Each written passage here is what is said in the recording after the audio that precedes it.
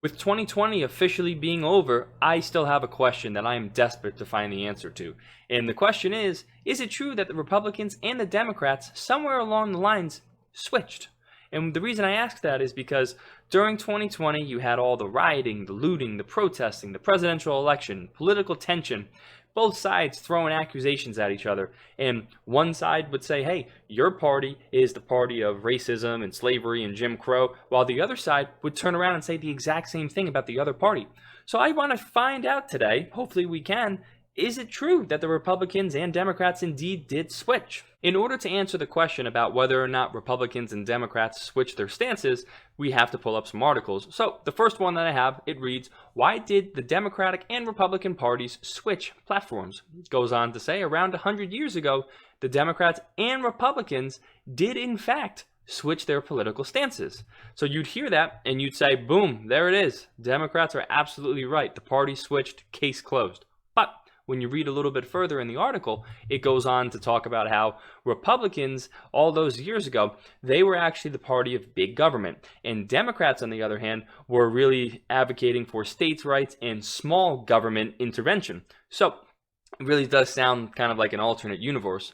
But it's absolutely true that Republicans, they freed the slaves, right? The party of Abraham Lincoln. And post-Civil War, they advocated for giving Black Americans rights and stuff like that, while Democrats largely opposed it. Again, sounds like we're living in an alternate universe. But the question that I have is because it's not so much talking about whether Republicans and Democrats are for big government or small government. When people talk about the switch, that's not what they're referring to. What they're trying to refer to is who's the party of slavery, who's the party that opposed civil rights, segregation, Jim Crow, you name it. So the question that I have now, I guess, is if there was a switch regarding those particular policies, how many state representatives or legislators, how many of them switched from Democrat to Republican? Full disclaimer, out of all the hours of research I put into this video, I was not really able to come up with a lot of information regarding that question about, well, how many representatives switched if the parties in fact did switch their stances.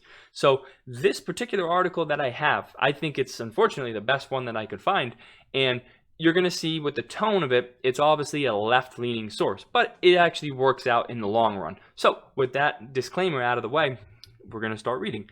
The headline is, Dinesh D'Souza gets a history lesson on Twitter. So if you don't know Dinesh D'Souza, he's definitely a right-wing, I guess I would call him a commentator. Some would probably call him a pundit. Whatever, you try and get at. He's a right-leaning person, very conservative, and he has a lot of conviction about what he says and what he believes. So the article goes on to say, and by the way, this was back in 2018. Again, like I said, not a lot of articles out here. Dinesh responded to a tweet, and that tweet at him read, it's almost like people have forgotten that the Southern anti-civil rights Democrats from the 60s earlier became Republicans after the Civil Rights Act. Or, not forgotten, just decided to lie about it. So Dinesh responds to that and says, okay, let's see a list of the 200 or so racist Dixiecrats who switched parties and became Republicans. Put up or shut up. Just so you know, a Dixiecrat is really just a Southern Democrat. That's the name that was given to them. And those were the Southern Democrats that were in favor of supporting slavery, Jim Crow, segregation, stuff like that. But I think that's a fair question that Dinesh asked because really it's kind of like, hey, if you are making claims about the party switching, you kind of have to provide some sort of evidence. So fortunately, there is a Princeton historian. His name is Kevin M. Cruz. And he kind of went up to bat and said, okay, Dinesh, here's what I got for you. Now, I did a little bit of research on Mr. Cruz here, and he's definitely a left-leaning person. You can check out his Twitter. It's really just a lot of Democratic stuff. So I think it's actually perfect because Dinesh is right-wing and Mr. Cruz is left-wing. So I think it's perfect for this particular video. So Kevin here decided to accept Dinesh's challenge, and he says, sure, let's do this. So it's a long Twitter thread, so that's where I'm going to be scrolling, so just know, full disclaimer. But he goes on to say, as I've noted before, focusing solely on Southern Democratic politicians who officially switch parties instead of ordinary voters, as scholars emphasize, intentionally misses the thrust of the party realignment on matters of race and civil rights. Okay, he then goes on to say, but sure, let's ignore what scholars have written on this and meet this question on D'Souza's own ground. Or his own chosen ground, racist Southern Democratic politicians who switched to the GOP. That's the question that Dinesh did ask. So let's see what Mr. Cruz has to offer here. He then goes on to say, no, 200 politicians didn't switch. That's a laughably high bar, but there were plenty. Okay, so kind of answers the question at first. He says 200, it's a very high bar, but there still were some. So, okay, hopefully we can get our answer. Then makes another tweet, says, first and foremost, of course, there's Strom Thurmond, the Dixiecrat presidential candidate who was welcomed into the GOP in 1964 and importantly allowed to keep his seniority and thus all power that came with it in Congress. No other Southern Democrats were.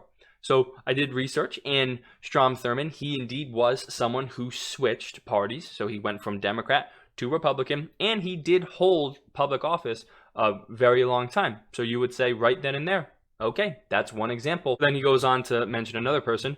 But before Thurmond, John Tower left the Democrats in the early 1950s and won an election as the first GOP senator in the modern South. Tower spoke out against civil rights, joined with Southern Democrats to plot filibusters, voted against the Civil Rights Act and the Voting Rights Act. That's another example, and I'm going to give it to Mr. Cruz. I'm going to say, okay, that's two good examples of Southern Democrats that changed to Republican. So you could say, okay, we're starting to get a little bit of an argument here. He then tweets out, he says, state legislatures had more switches. Again, this isn't what historians stress in party realignment, but yes, it happened. Here's a terrific new book on it, by the way. Now, I don't have this book, and I don't intend on getting it, not because I'm afraid of the truth, but because I find it a little comical how I'm not going to lay out the argument, but if you do want to learn about it, you can read this book. To me, that just seems like someone's trying to sell a book. That's just my opinion. But if you're watching this and you've read the book, or maybe you have it in your hands right now, you can let me know if there's a lot of good information in there. So I don't want to totally discredit it, but for the sake of this video, I'm not going to have the time to purchase this book and then read it, and I want to get the video out so I can get the conversation going, because there's a bigger lining to this whole thing. But Kevin Cruz goes on to say, so for some examples of state legislatures that switched parties, you have a few examples right here. And, there's a bunch of names you can research. I researched a couple, and they are good examples of people that did in fact switch from Democrat to Republican.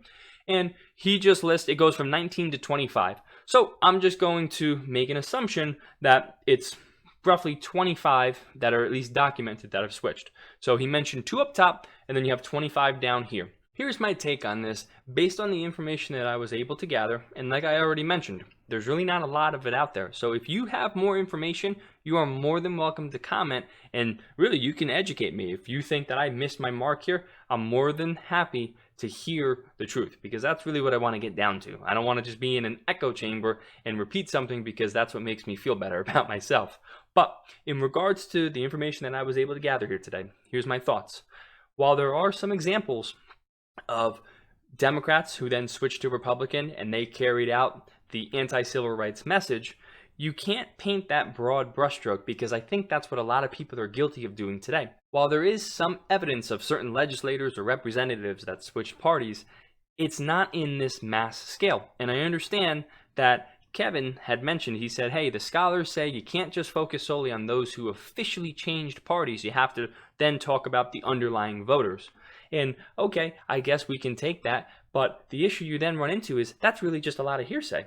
Because now what you have to ask is, well, of those people that switched parties, how long were they in office? Were they eventually voted out? And who voted or who beat them in their elections? Was it still a Republican? And does that Republican hold those same stances on the issues that the person who originally switched from Democrat to Republican held? Democrats are incredibly good with strategy. And I know I've said it before, people don't like to admit it, but Democrats use that historical context, like we were just going over and saying how you had some people switch.